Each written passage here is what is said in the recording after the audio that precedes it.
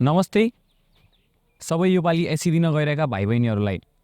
अब एसी आउन मात्रै 2 महिना बाँकी छ र तपाईँहरूको मनमा विभिन्न प्रकारका प्रश्नहरू खेलिरहेका हुन्छन्। जस्तै यो 2 महिनाको समयमा के गर्ने, कसरी पढ्ने र आफ्नो कम समयमा चाहिँ कसरी चाहिँ प्रोडक्टिभ हुने भन्ने प्रकारका चाहिँ प्रश्नहरू आइरहेका हुन्छन्।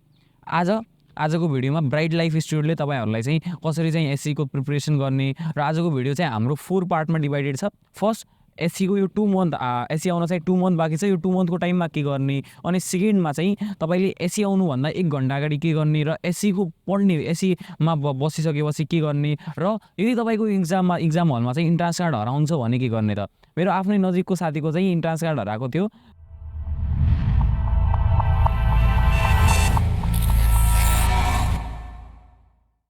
क्वेसन आन्सर सेयरिङ चाहिँ तपाईँहरूले गर्न सक्नुहुन्छ। यो क्वेसन आन्सर सेयरिङमा चाहिँ के गर्छ भन्दाखेरि तपाईँहरूले चाहिँ जसरी चाहिँ इक्जाम हलमा तपाईँको टिचरले चाहिँ तपाईँको लागि एउटा इक्जाम पेपर बनाउनुहुन्छ, त्यसैले चाहिँ तपाईँको साथीलाई भन्नुहुन्छ होइन पेपर बनाइदियो भनेर, अनि तपाईँले चाहिँ साथीको लागि बनाउनुहुन्छ, साथीले चाहिँ तपाईँको लागि बनाउँछ। इन्टरभलको टाइममा चाहिँ तपाईँहरूले घरबाट आन्सर लेखेर नेक्स्ट डे चाहिँ कपी चेकिङ हुन्छ र साथीले तपाईँलाई मार्क्स दिन्छ, तपाईँले साथीलाई मार्क्स दिनुहुन्छ।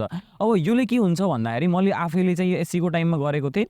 योले के हुन्छ भन्दाखेरि तपाईँको चाहिँ राइटिङ स्किल बढ्छ। जस्तै तपाईँ चाहिँ इक्जाममा बस्नुभयो भने अब तपाईँहरू ब्ल्याङ्क हुनुहुन्न कि इक्जामको टाइममा, यदि तपाईँले इक्जाममा बस्नुभयो ब्ल्याङ्क हुनुभयो भने it doesn't help you. So question answer sharing गर्नाले चाहिँ तपाईँहरूलाई एकदमै इम्पोर्टेन्ट हेल्प दिन सक्छ।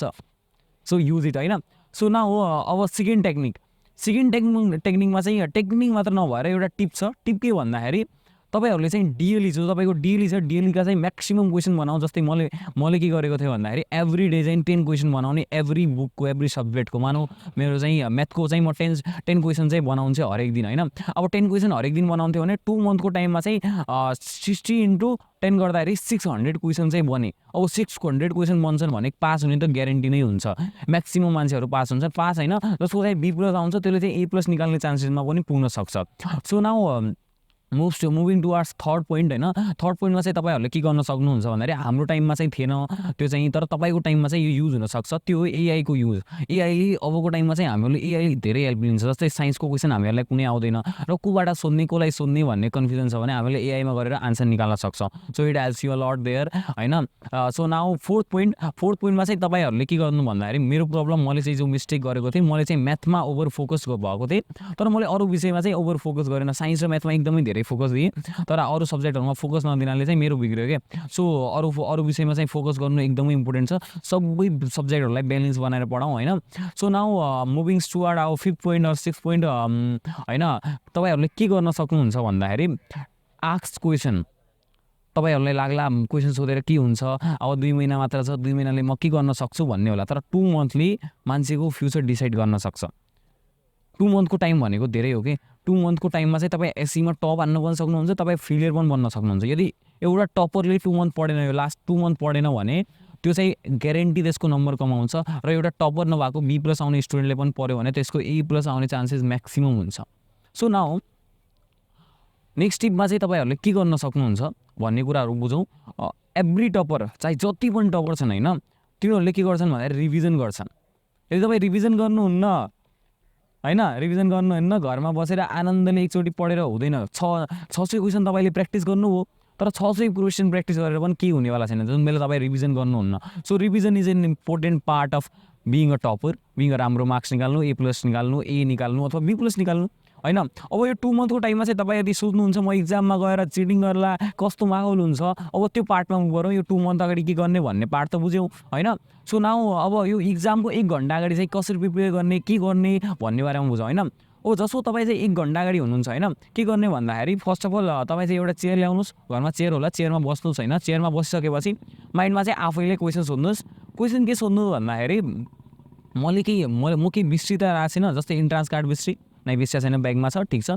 अब म चाहिँ वाच एकदमै इम्पोर्टेन्ट छ। वाच लगाउनु होला। कति टाइम एउटा क्वेसनलाई दिने भन्दाखेरि तपाईँलाई हेल्प गर्न सक्छ। एन्ड थर्डमा चाहिँ तपाईँहरूले चाहिँ आफ्नो पेन्सिल, पेन, जोमेट्री, रुलर्सहरू जे पनि छ मेटेरियल्सहरू लगाउनुहोस्। अनि त्यसपछि चाहिँ 5 मिनट चाहिँ डिप ब्रिथिङ गर्नुहोस्। गएर मजाले डिप ब्रिथिङ गर्नुहोस्। डिप ब्रिथिङले के गर्छ भन्दाखेरि डिप ब्रिथिङले तपाईँलाई चाहिँ माइन्ड फ्रिज बनाएर तपाईँ इक्जाममा जानुहुन्छ भने तपाईँलाई चाहिँ हेल्प गर्छ। सो नाउ दिस भयो 1 घन्टा अगाडि गर्ने भने नाउ थर्ड पोइन्टमा मुभ गरौँ। इक्जाम टाइममा एकदमै क्रुसियल चिटिङ गर्न मिल्छ कि मिल्दैन भन्ने हुन्छ होइन। सो चिटिङ गर्न मिल्छ कि मिल्दैन भनेर बुझौँ। इक्जाम हलमा के गर्ने, first of all guys first tip छ मेरो के भन्दाखेरि तपाईँको जो कपी हुन्छ कपीमा चाहिँ तपाईँले फर्स्ट क्वेसन लेख्नुभयो, सेकेन्ड क्वेसन आउने छोड्नुभयो, थर्ड क्वेसन लेख्नुभयो, फोर्थ क्वेसन आउँदैन, क्वेसनको आन्सर आउँदैन त्यो पनि छोड्नुभयो, अनि फिफ्थ लेख्नुभयो होइन।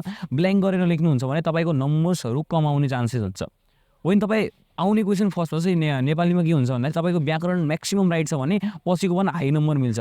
सो युज दिस टिप, फर्स्टको आउने क्वेसन लेखौँ अनि चाहिँ नेक्स्टमा चाहिँ नआउने क्वेसनहरू पनि लेखौँ होइन। अब नाउ सेकेन्ड टिममा के गर्ने भने कुनै क्वेसन आउँदैन, मानौ वाट इज हार्ड भनेको छ, हार्ड भनेको के हामीहरूलाई आउँदैन भने के गर्ने त, हार्ट आउँदैन भने जस्ट घुमाइदिने क्वेसनलाई heart is four chambers, heart is this भनेर हामीले मजाले मिलाउन सक्छौँ। त्यसले एटलिस्ट नम्बर आउने, खालि नम्बर त आउँदैन एटलिस्ट नम्बर त आउन सक्छ, because teacher is checking in speed.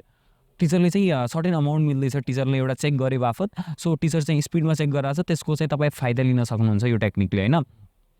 So now third tip, तपाईँले सबै लेख्नुभयो, अब त्यसपछि चाहिँ सबै लेख्नु भएको छैन, एक दुई क्वेसन बाँकी छन्, त्यसपछि चाहिँ तपाईँहरूले के गर्नुहुन्छ भन्दाखेरि एउटा स्पेस चाहिँ एउटा पेज चाहिँ खाली छोड्नुहुन्छ र नेक्स्ट पेजबाट चाहिँ बनाउनुहुन्छ होइन।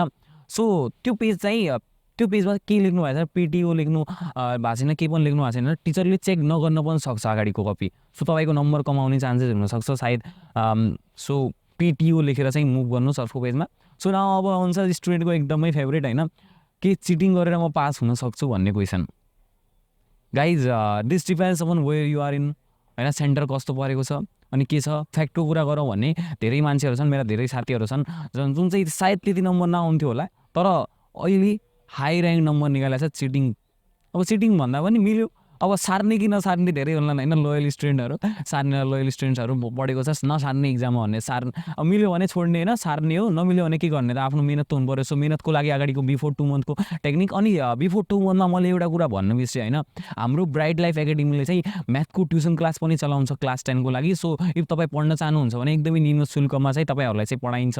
सो तपाईँ चाहिँ हाम्रो यो नम्बरमा चाहिँ कन्ट्याक्ट गर्न सक्नुहुन्छ इफ तपाईँ जोइन गर्न चाहनुहुन्छ भने। सो नाउ अब के गर्ने त, अब मानौ तपाईँको इन्ट्रान्स कार्ड हरायो, इक्जाम हलमा इन्ट्रान्स कार्ड हरायो। मेरो साथीको स्टोरी छ, मेरो साथीको चाहिँ इन्ट्रान्स कार्ड हराइदियो होइन इक्जाममा। अब एकदमै टेन्सनमा मलाई कल गर्छ, भन्छ इन्ट्रान्स कार्ड हरायो भन्छ। मैले भने अरे के गरेँ कहाँ गरेँ, एकचोटि सेन्ट्रल हलमा गएर सोध भन्यो होइन, सोध्न गयो त्यहाँ मिलिसकेपछि अब त्यहाँ मिलेन, टेन्सनमा आयो मलाई पनि। अब एक टाइप बेला मजाकमा थियो होइन, पछि आइपरेपछि 1-2 घन्टापछि अझ कल आउँछ होइन, म सिरियस भयो, के भयो कसरी हरायो। म मेरो ठुलेटी चाहिँ सबै यस्तो कुरा जान्थेँ होइन, उनीहरूमा गयो के हुन्छ कस्तो हुन्छ भने एउटा इन्ट्रान्स कार्ड चाहिँ तपाईँसँग हुन्छ, जो प्रवेश पत्र हुन्छ एउटा चाहिँ तपाईँसँग हुन्छ, एउटा चाहिँ त्यो हलमा हुन्छ कि जो सेन्टर छ त्यो हलमा चाहिँ एउटा हुन्छ। सो त्यहाँबाट चाहिँ तपाईँ माग्न सक्नुहुन्छ। This is all about what you can do in this time. तपाईँसँग केही पनि अरू क्वेसनहरू छन् होइन, मानव तपाईँको चाहिँ प्रिपरेसन कसरी गर्ने, के अरू टेक्निक्सहरू छन्, डाउट सल्भ छ, के डाउट्सहरू आइरहेछन् भने हामीहरूले डाउट सल्भिङ क्लासेसहरू पनि चलाउँछौँ। सो के गर्न सक्नुहुन्छ भनेर तपाईँले यो सानो ब्रिफ प्रिपरेसन भिडियो चाहिँ बन्यो होइन। नाउ तपाईँहरू चाहिँ पोस्टलाई जति हुनसक्छ सेयर गर्नुहोस्, किन भन्दाखेरि दिस क्यान हेल्प यु। त्यो फर्स्टको टेक्निक छ, तपाईँ डेलीलाई चाहिँ कम्प्लिटली बुझ्नुहोस्, एब्जर्भ गर्नुहोस् डेलीलाई at least 10 question a day for a single subject होइन, which makes you 600 questions. Guarantee pass हुन्छ त किन नहुनु होइन। Thank you all for watching this video. Thank you.